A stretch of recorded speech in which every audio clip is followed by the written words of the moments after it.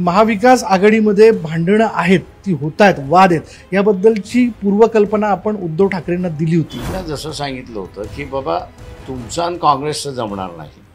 कदाचित NCP जमेल, याचं कारण की NCP त्या पोझिशनमध्ये नाही की डॉमिनेट करू शकते. आणि काँग्रेसवाल्यांनाही मी असा रागा केला होता की तुमचं आणि शिवसेनेचं जमणार नाही.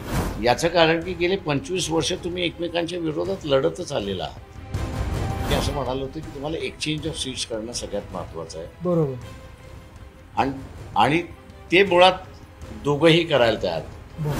पण या चर्चेमध्ये कळीचा नाराज कोण होता नेमका? कारण ते म्हणतात 5 जागांचा प्रस्ताव दिला होता, तुम्ही म्हणले आमचा प्रश्नच नाही, तुमचंच मिटलं नाही तर आमचा प्रश्न कुठे आहे? त्याच्यामुळे असणारं संजय राऊतला मला एकदा असणारं सुनवावं लागलं होतं की खोटं किती बोलणार आहेस ते पहिल्यांदा ठरव. भांडण विकोपाला गेलेलं आहे. मुंबईवरनं भांडण अजून बाहेर पडायचं आहे. त्याच्यामुळे असणारं यांचं कुठं जमेल असं मला दिसतच नाही. साहेबांच्या वारसदाराला निवडून आणण्यासाठी अकोल्यात काँग्रेसने उमेदवार देणं हे बऱ्याचशा लोकांना रुचलेलं नाहीये, पटलेलं नाहीये. यामुळे आपल्याला मतांचं विभाजन होण्याचा फटका बसेल असं आपल्याला वाटतं का? की हा या कुटुंबातला, हा या कुटुंबातला, हा या कुटुंब. माझं म्हणण्याचं त्या इतिहास त्यांनी घडवलेला आहे, त्या कुटुंबाने नाही घडवलेला आहे.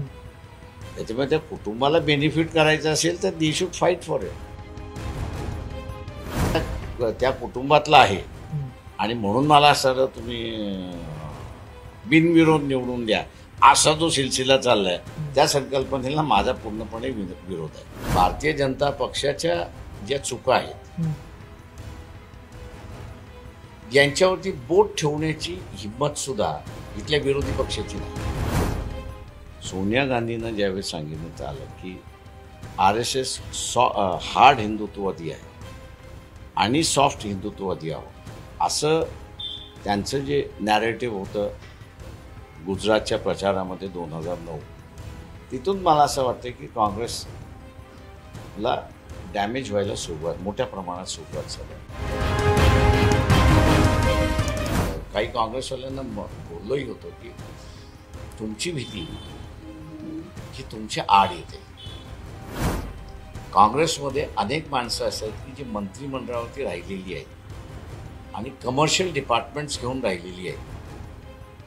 त्यांच्या विरोधात भारतीय जनता पक्ष बोलू शकत नाही. मला वाटतं ती सिस्टम राहुल गांधींनी फॉलो केली पाहिजे की तुम्ही ॲडवायझर बरोबर बसा, पण ॲडवायझरला डिक्टेट करू देऊ नका.